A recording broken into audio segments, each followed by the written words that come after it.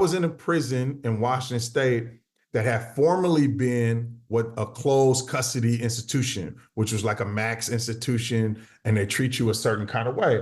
Eventually, they changed the rules and they needed to have another medium security prison. So they decided to turn this into a medium security prison. And even though they turned it into a medium security prison, even though it had different rules, and even though it had far more yard, far more educational opportunities, far more programming, the guards still had the mentality of the closed custody unit. And so they were real hard, they were real tough and all this way. And they couldn't let go of it because that's what they knew. And to them, that's what it was. And so that's what the environment was, right?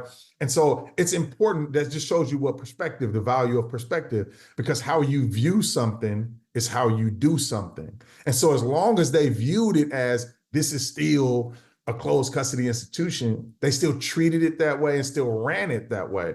And so when we're talking about folks who are in pretrial and we have people there who are once in probation, who are overseeing them, what happens is they treat them as if they're post-conviction, right? As if they've already been found guilty. So there's no reasonable doubt. There's no just an understanding of treating people as if, which they are, right? Like as if that there's the presumption of innocence.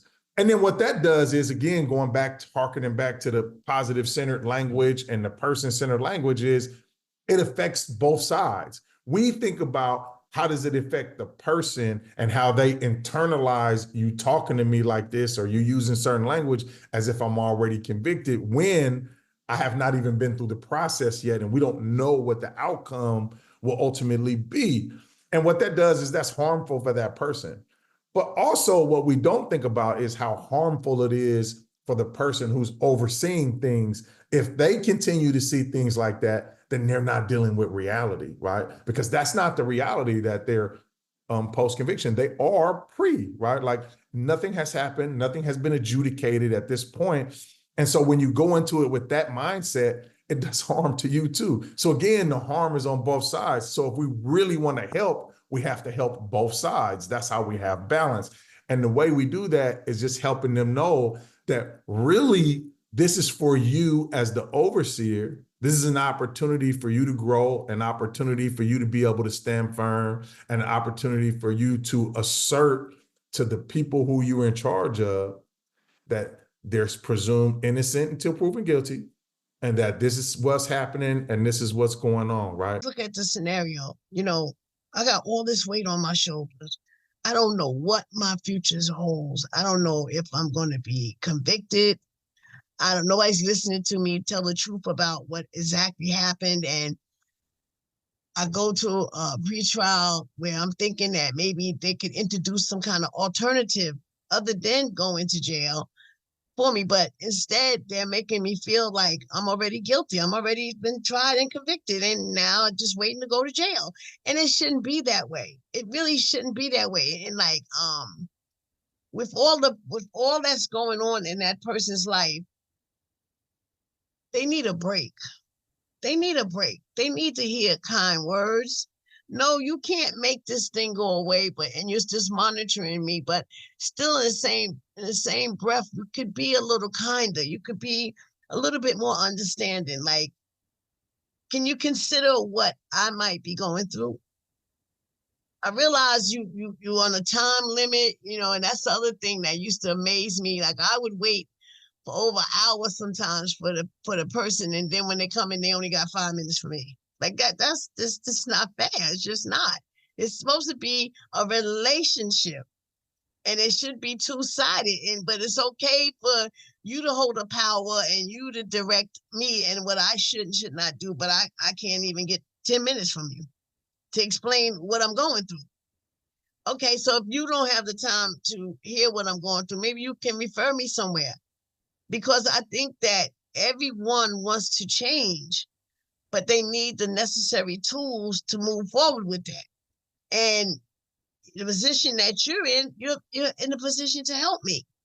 So instead of looking at me as that person that you think might have done this or have not, doesn't matter. What matters is that I'm sitting in front of you as a human being and I need your help. Can you please help me? As long as you're working to make sure that they're successful, they're going to work with you. But when they see that you're an officer who's trying to lock them up or create failure in their life, they're going to put up a roadblock. You're not going to feel the ease that I'm sitting on this conversation with right now with all of you, and being transparent, being honest, showing my feelings, because it really, really affects me to know that we have some officers who won't look at people, especially pretrial. They haven't been convicted of anything, anything, anything. And just think, if you've treated somebody bad for 6 months to a year or more, and then they're acquitted or the charges dropped, how are you going to be able to look yourself in the face if by chance you ever run into that person on the street again?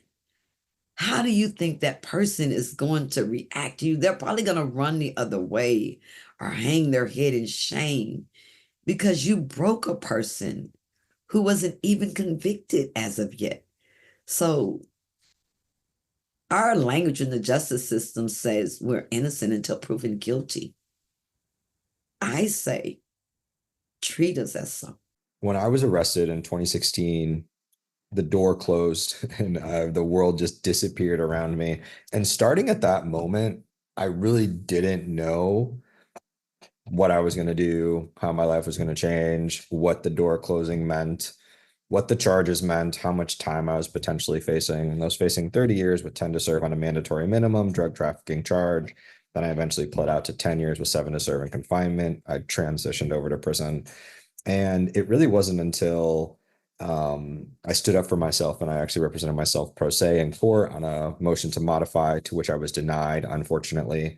But I started to see that I had a voice, and I started to see that I could take action to change the situation that I was a part of. So that was pivotal. It was pivotal for me to stand in front of the judge. It was pivotal for me to shake and to read the paper, the brief that I had written, and just not even know what I was doing, but just I put my whole heart into it.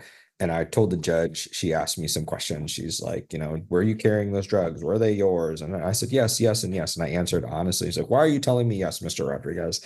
And I was like, well, I feel good. Like, all things considered, I'm a little bit nervous, but I'm happy to be here. And she's like, what do you mean? And I was like, well, I take responsibility, and I don't know what the results of this are going to be. And I don't even know if I did it right. I told the judge, and she's like, okay, she's listening for a second. And, the DA says their thing on the prosecutorial side or whatever. And she came back. She said, I'm going to deny, your motion to modify, but I really appreciate and I respect you today, Mr. Rodriguez. And, I wish you the best on your journey and stuff. And so I continue forward.